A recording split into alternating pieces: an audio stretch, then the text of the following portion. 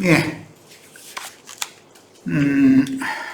오늘은 민수기 27장 그 마무리 부분 말씀 한 서너 절 남았었죠. 20절부터 23절까지 읽고 시작하겠습니다. 27장 21절에서부터 20절에서부터 읽고 시작합시다. 네 존귀를 그에게 돌려 이스라엘 자손의 온 회중을 그에게 복종하게 하라. 이건 여호수아에게 이스라엘이 이제 앞으로 복종을 해야 된다 그 말이라는 것까지 나눴었어요. 자, 21절부터 오늘 이어나갈 겁니다. 그는 제사장 엘르아살 앞에 설 것이요 엘르아살은 그를 위하여 우림의 판결로서 여호와 앞에 물을 것이며 그와 온 이스라엘 자손 곧 온 회중은 엘르아살의 말을 따라 나가며 들어올 것입니다. 그러니까 여호수아가 임의로 모세가 지금까지 이스라엘을 인도하던 것처럼 그렇게 할 수는 없다는 거죠. 제사장과 상의해서 인도를 해야 된다 그 말이죠. 모세가 여호와께서 자기에게 명령하신 대로 하여 여호수아를 데려다가 제사장 엘르아살과 온 회중 앞에 세우고 그에게 안수하여 위탁하되 여호와께서 모세에게 명령하신 대로 하였더라. 이 단락 말씀 잠깐 나누고 오늘 새로 해드린 민수기 28장 강의 1번 자료 말씀으로 들어가겠습니다. 자, 27장 21절에 우림의 판결법이라는 용어가 나왔는데 이는 우림과 둠밈의 판결법의 생략형으로서 우림과 둠밈이란 하나님의 뜻을 물어 중대사를 결정하기 위해 사용되는 두 보석으로서 대사제의 흉패 주머니에 보관되는데 우림은 빛, 둠밈은 완전이라는 의미가 있습니다. 이런 내용들은 이미 여러 번 증거를 했기 때문에 간략하게 넘어갑니다. 이는 교회의 인도자는 자신의 심령에 함께 하시는 그 영이신 주님의 뜻을 묻고 계시로 주시는 확실한 응답을 받아서 교회의 행정을 결정해야 하는 것이다. 이거 심정통치라는 것이죠. 이거 보고 하나님이 당신의 마음에 합한 대로 교회의 행정을 하는 거예요. 결정하는 거예요. 자, 그런 것이지 다수가결로 소위 민주주의라고 하는 것은 다수가결로 하죠. 국회의사당의 국회의원들 여당 야당 날마다 싸우는 게 어느 당이 사람 수가 더 많으냐 그래야 법을 자기네 마음대로 결정하니까 그래서 날마다 싸웠었죠. 그게 다 인본주의다라는 거예요. 민주주의라는 것이 하나님의 신정통치 방식이 아닌 거죠. 공산주의도 역시 마찬가지고 회교주의도 마찬가지고 그건 전부 인본주의들이에요.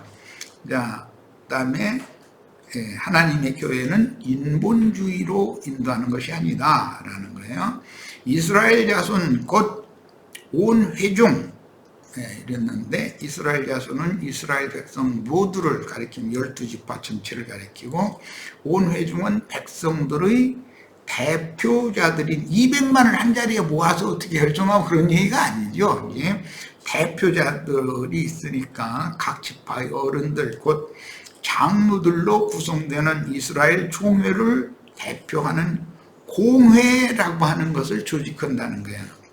이제 그런데 율법에 이 공회를 이렇게 조직해서 공회에서 개반 사안을 결정하도록 했는데 이 공회는 각 지파별로 그 지파 내의 중심 성읍이 되는 성문의 장로들이 앉아서 어떤 사안을 결정하면 왜냐하면 지파별 행정을 가지고 있었기 때문에 결정하면 그 장로들이 결정한 것이 곧 법이 되는 거였었죠. 그게 이스라엘의 통치법이었어요. 그런데 이것이 신약의 예수 그리스도의 성령께서 오셔서 이 법을 영의 법으로 육의 법을 영의 법으로 완전히 바꿔버리는 것이죠. 그러니까 이제 그러나 우리는 구약의 이런 율법을 알아야 생명의 성령의 법이라고 하는 로마서 8장 1절에서 3절에 나오는 그 새 법 내용을 이해를 할 수가 있어요. 육의 법을 알아야. 그런데 오늘날 기독교계에는 그 육의 법을 그대로 전수해가지고 그걸 그대로 지금 실행을 하고 있죠. 그래가지고 무슨 교단마다 교단 법이 있어서 거기에서 뭐 목사를 세우고 그 목사는 자격이 없다고 또 박탈하고 등등 시끄럽죠. 그런데 그건 사람이 세운 것이지 하나님이 세운 게 아니죠. 그러니까 그것을 잘 이해를 하는 게 필요한 거예요. 자, 디모데전서 4장 11절로 16절 너는 이것들을 명령하고 가르치라. 이건 감옥에 있는 바울이 자기 사랑하는 제자였던 디모데에게 편지한 내용이죠. 누구든지 네 연소함을 업신여기지 못하게 하고 오직 말과 행실과 사랑과 믿음과 정절에 있어서 믿는 자에게 본이 되어 내가 이를 때까지 읽는 것과 이게 이제 사역의 3대 요소다 그러는데 첫째는 읽는 거예요. 우리 이제 교회 모임에서도 그냥 나는 계속 성경을 여러분이 부지런히 스스로 읽어야 된다. 이걸 이제 강조하고 있어요. 그 다음에 권하는 것은 성경을 읽어서 계시를 받았으면 그 계시, 하나님의 계시에 따라서 살아야 된다. 즉 믿음의 말씀, 구원의 말씀을 받았으면 믿음으로 행해야 된다. 성령을 따라 행해야 된다라는 거예요. 반드시 이게 이제 권하는 것이죠. 이제 이런 권하는 직분을 기독교계에서는 권사라는 직분을 주죠. 권면하는 은사가 있는 스승이다 그런 뜻이죠. 자, 가르치는 것 마지막에는 그러니까 세 가지 요소가 있어요. 읽는 것, 권하는 것, 가르치는 것. 이 세 가지가 목회의 3대 요소다. 이제 그렇게 흔히들 표현하죠. 읽는 것과 권하는 것과 가르치는 것에 전념하라.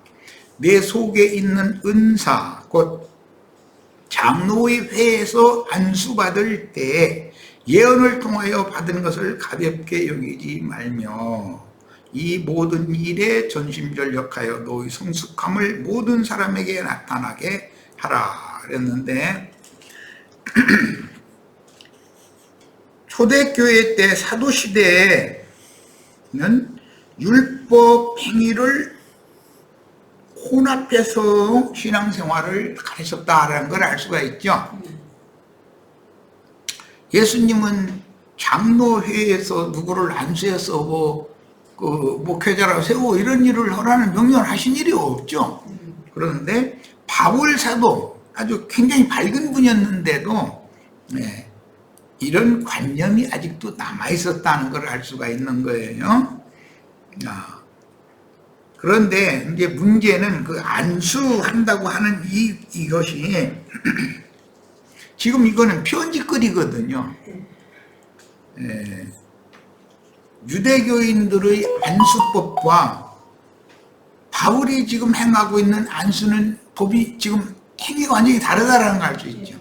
편지로 안수를 한다는 건 사람이 어떤 영의 영감을 통해서 감동을 받게 하는 것이 안수다라는 개념으로 바울 사도는 지금 이렇게 행하고 있는 것을 알 수가 있어요.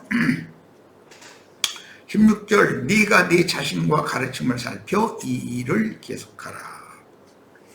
참 중요한 부탁이죠.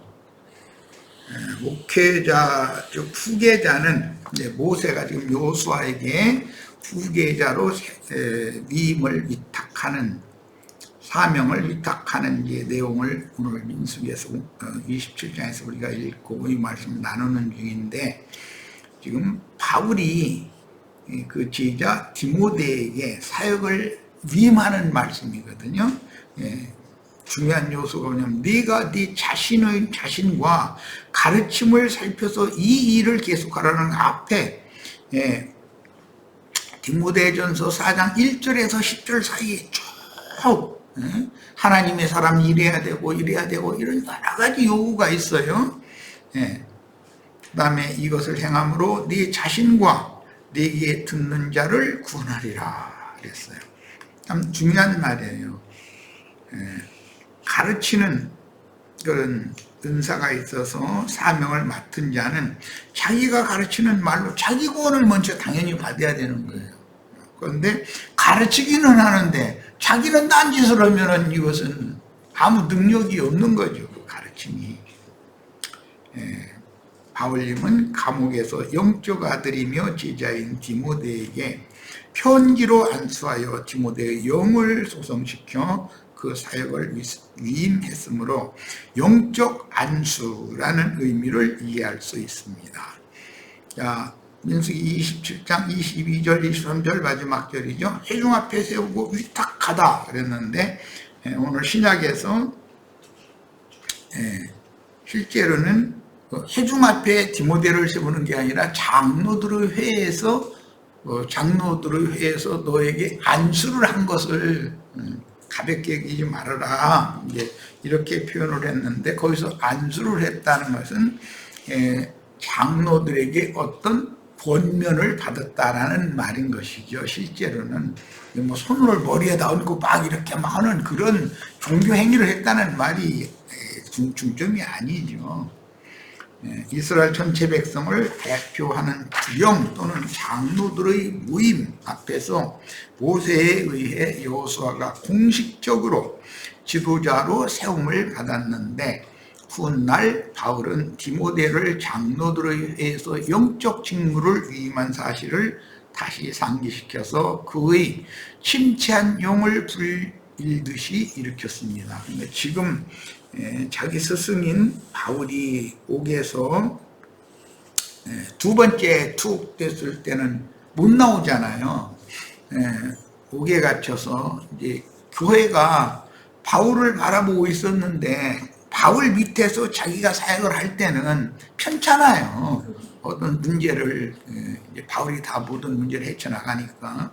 그런데 이제는 자기 스승이 감옥에 갇혀 있고 자기가 이제 이 직무를 지금 받아야 되면 사역이 위임되는 중이잖아요. 이제 그러니까 굉장히 영이 침체되어 있었는데 바울이 편지를 보내서 그 제자인 디모데의 영을 부흥시켰다는 것을 알 수가 있죠. 자, 신명기 31장 7절에서는 회중 앞이란 말 대신에 이스라엘의 목전에서라고 표현하는데, 온 이스라엘을 대표하는 회중, 장로 또는 두령들의 총회, 유대교에서는 이걸 유대교의 공회라고 그러죠. 각 지파에서 6명씩에서 72인의 대표자를, 거기에는 당연히 대제사장이 당연직 의장이 되는 거고, 그 이스라엘 나라의 모든 정치, 종교, 사회 전반에 관한 모든 것들을 거기서 결정을 했었던 것이죠. 그런데 그들이 예수를 죽이는 결정을 공회가 했었었죠. 그리고 나중에 사도들이 복음을 전할 때 그 이름으로는 전도도 하지 말고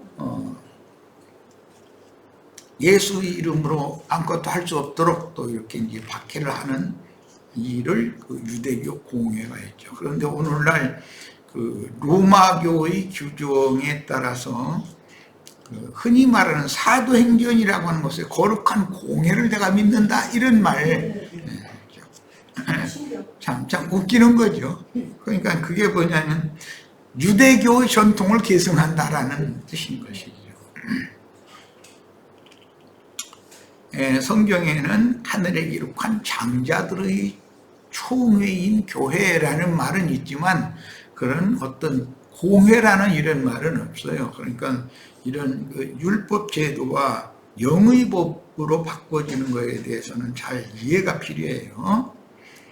자, 그 다음에 하나님 왕국의 왕은 하나님 자신이며 백성들 위해 세워진 왕권을 행사하는 종인, 사람 중에서 세운 왕은 자신의 임의로, 비록 다윗이라 할지라도 솔로몬이라 할지라도 자신의 임의로 왕국 백성을 치리할 수가 없다. 대제사장의 우림의 판결법에 따라서 7일을 해야 했다. 이 율법은 사울 왕과 사무엘의 관계에서도 잘 나타납니다. 사울 왕은 이 우림의 법에 따라서 전투를 수행하거나 이런 일이 없었죠. 그런데 다윗은 반드시 우림의 법에 따라서 이 원수를 우리 이스라엘에게 붙여주시겠습니까? 내가 이 전투에 병사들을 보낼지 말지를 결정해달라고 꼭 물어보죠. 그래서 이제 그게 사울 왕과 다윗 왕의 차이점이었다라는 걸 잘 이해하시기 바랍니다. 오늘날 이제 이 말은 세상 교계의 큰 음녀의 일곱 머리라고 하는 땅의 왕족들, 그들은 저희 멋대로 모든 걸 다 해버리잖아요. 그러나 하나님의 교회에서는 그 용납되지 않는다.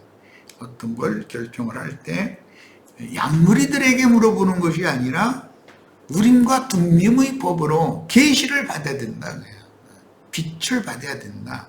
그리고 심중히 기도를 해봐야 되는 것이죠. 어떤 사안, 어떤 걸 결정할 때는.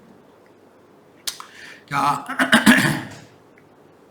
사람 중에서 세운 왕은 여전히 하나님의 통제와 제한을 받으며 하나님의 백성들을 섬겨 봉사해야 하는데도 자기가 임의로 다스리게 되면 하나님의 백성들 위에 서게 되는데 이걸 니골라당이라고 그러죠. 그 다음에 뱀, 마귀의 권세를 향하여, 그 자신들이 하나님께 받은 권세라고 그러지만 그것은 마귀 권세를 행하면서 자기 멋대로 그냥 하는 거죠. 교회 헌금 문제 가지고도 그걸 그냥 지가 그냥 지 것인 것처럼 개인 돈인 것처럼 함부로 막 이게 하고 자기 백채우는 용도로 그냥 이 모든 걸 다 이렇게 하려고 하는 거예요. 그러니까 세속 교계에서도 그 장로단과 그 목회자가 그냥 서로 갈등을 하는 거예요. 사실 돈 때문에 그러거든. 퇴직을 하면서도 또 뭐 돈 넉넉하게 평생 써도 다 쓰지도 못할 만큼 몇십억 그걸 주는데도 이거 모자란다 이거야, 더 달라고. 아니 그런 걸 보면은 좀 우리가 생각하면 사람 그 돈 몇 푼 더 받아가지고 뭐 하려고 저러지? 이런 걸 보면서 좀 우리가 보면 웃기지만 그 사람들의 세계에서는 그것이 아주 죽고 살고의 문제야. 조용기도 죽을 말년에 그 문제 때문에 재판하다가 이러다 죽었잖아요. 그게 무슨 짓이냐 이거예요, 그게. 그게 그럴 일이야? 사람 욕심이라는 게 끝이 없는 거야. 그러니까 싸질머지고 가지도 우던다고 자기도 알고 남도 알고 다 아는 사실인데 그것 때문에 죽을 말년까지 재판 법정이나 드나들고 앉았고 장로단하고 싸우고 앉았고 그게 무슨 꼴이야.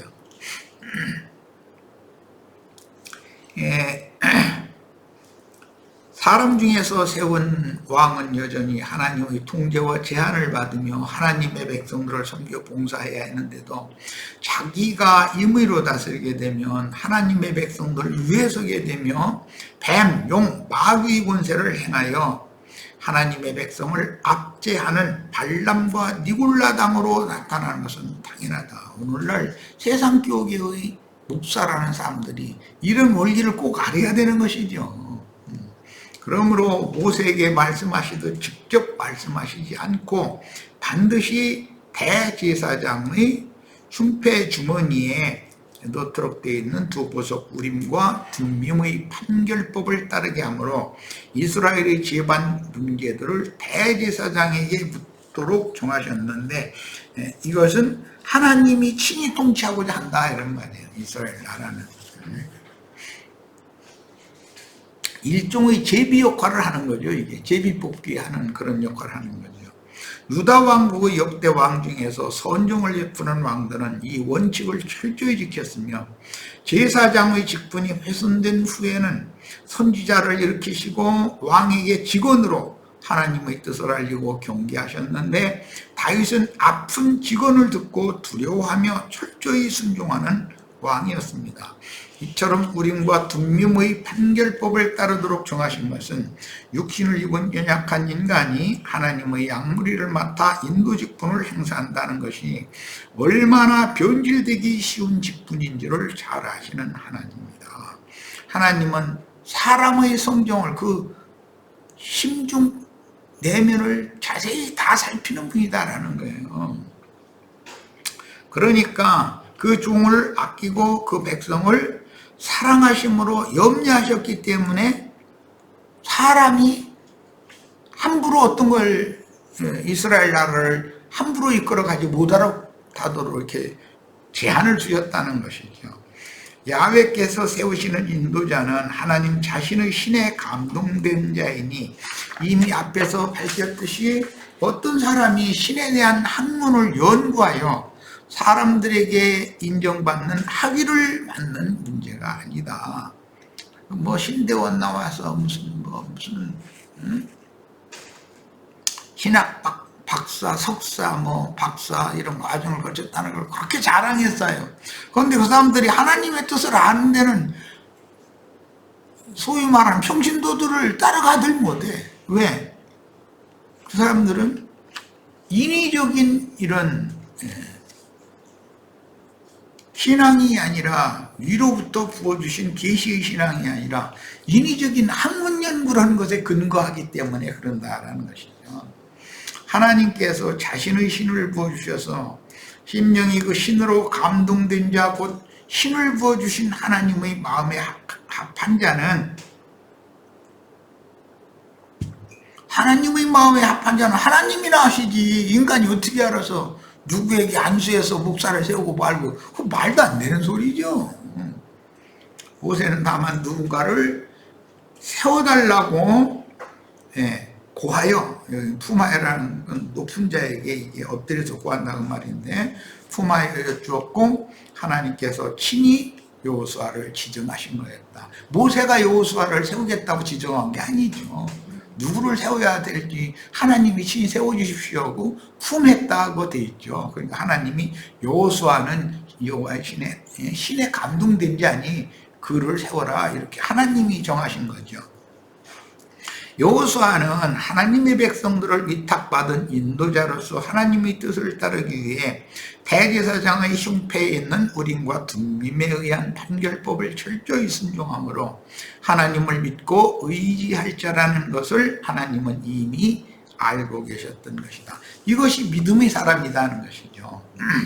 이와 같이 하나님을 의지하고 하나님을 믿는 믿음으로 행할 때 전쟁은 반드시 이길 것이나, 자기 임의로 행하여 적과 싸울 때는 반드시 패할 것이므로 가나안 땅에 들어가서 원수들과 싸워야 하는 군대의 통수권자로 인도 직분을 맡기는 문제는 엄중할 수밖에 없었습니다. 사소하게 세수고 대한민국 대통령이 당선이 됐다고 선거관리위원회에서 당선증을 딱 받으면 그는 당선자로도 당연히 대한민국을 지키는 국군, 경찰, 모든 그 권력기관의 그 통수권자가 되는 것이거든요.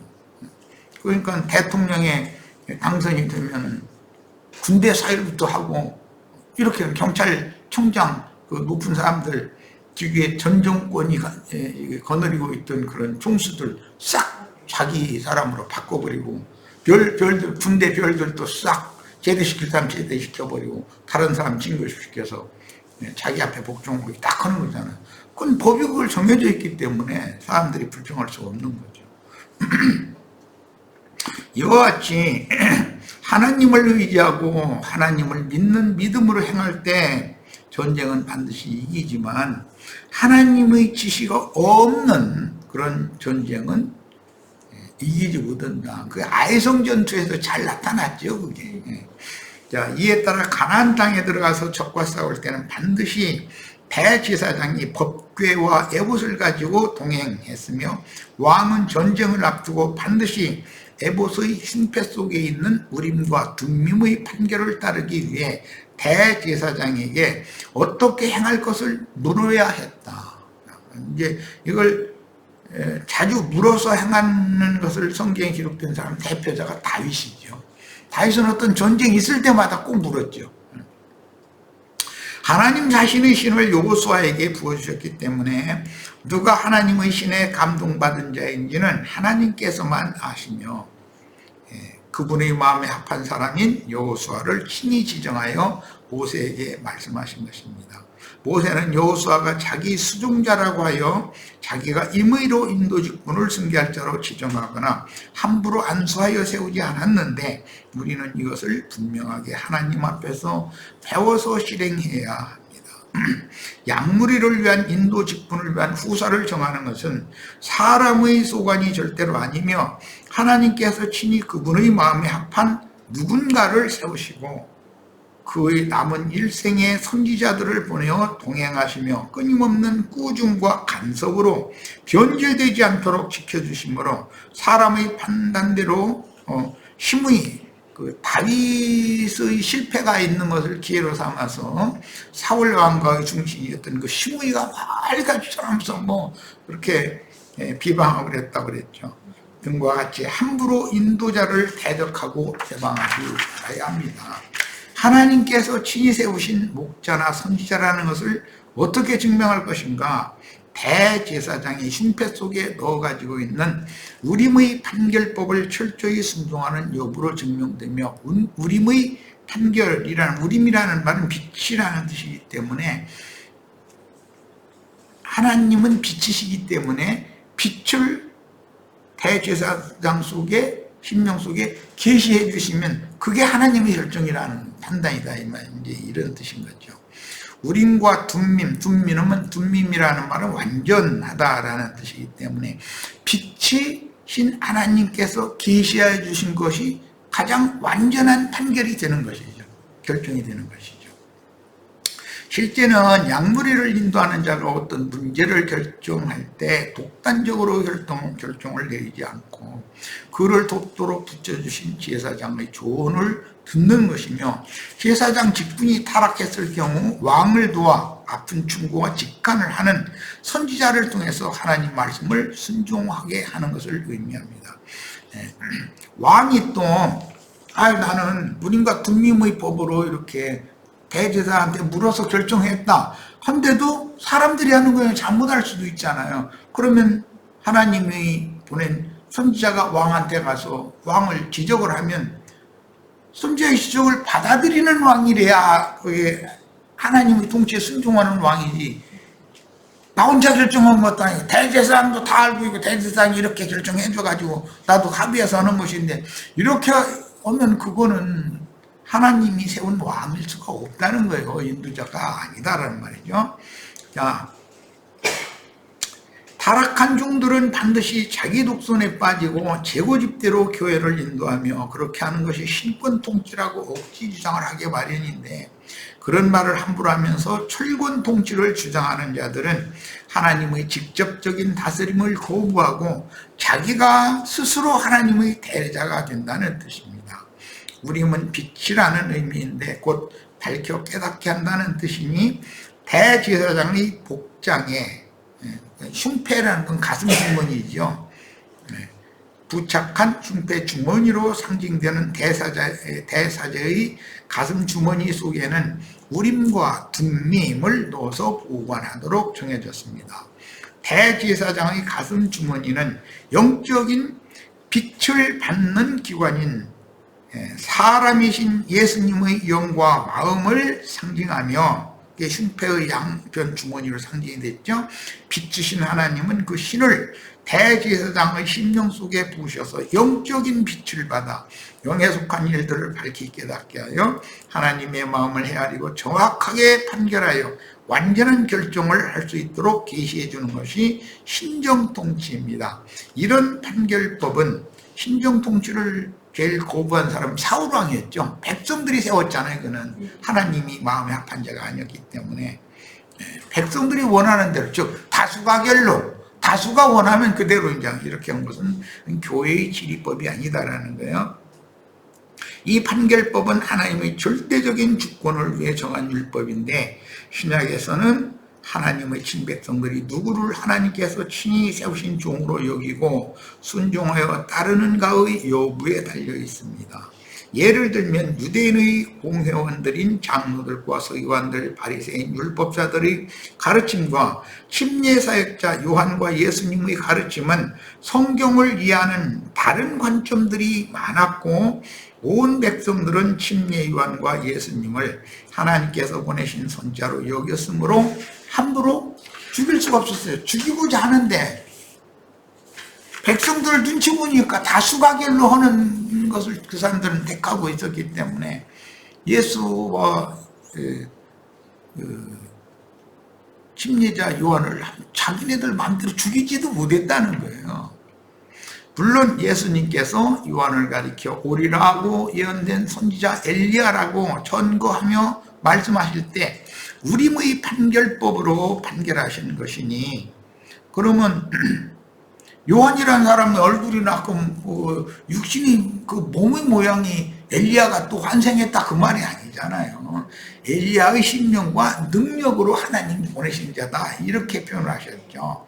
그래서 요한은 역시 우림의 판결법에 따라 예수님을 전거하여 요한이 내 뒤에 오시는 이는 나보다 더 큽니다. 너희는 다 그분에게로 가야 된다라고 말할 때도 요한도 역시 우림과 tumim의 판결법으로 계시를 받아서, 그게 이제 요한이 친히 증거한 말 속에 성령이 비둘기 같이 누구에게 임하면 그가 오리란 메시아다라는 그런 계시를 받아가지고 예수님을 소개를 했죠. 예수님은 뭐 당연히 계시해 주시는 분인데 그분 자신도 하늘 아버지의 그런 계시에 따라서 요한이 오리란 엘리야다라고 확고부동한 그 선포를 했었던 것이죠.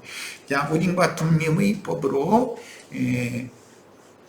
교회를 인도해야 된다고 하는 거, 여기까지해서 27장은 마치고 잠시 쉬었다 28장으로 들어가겠습니다.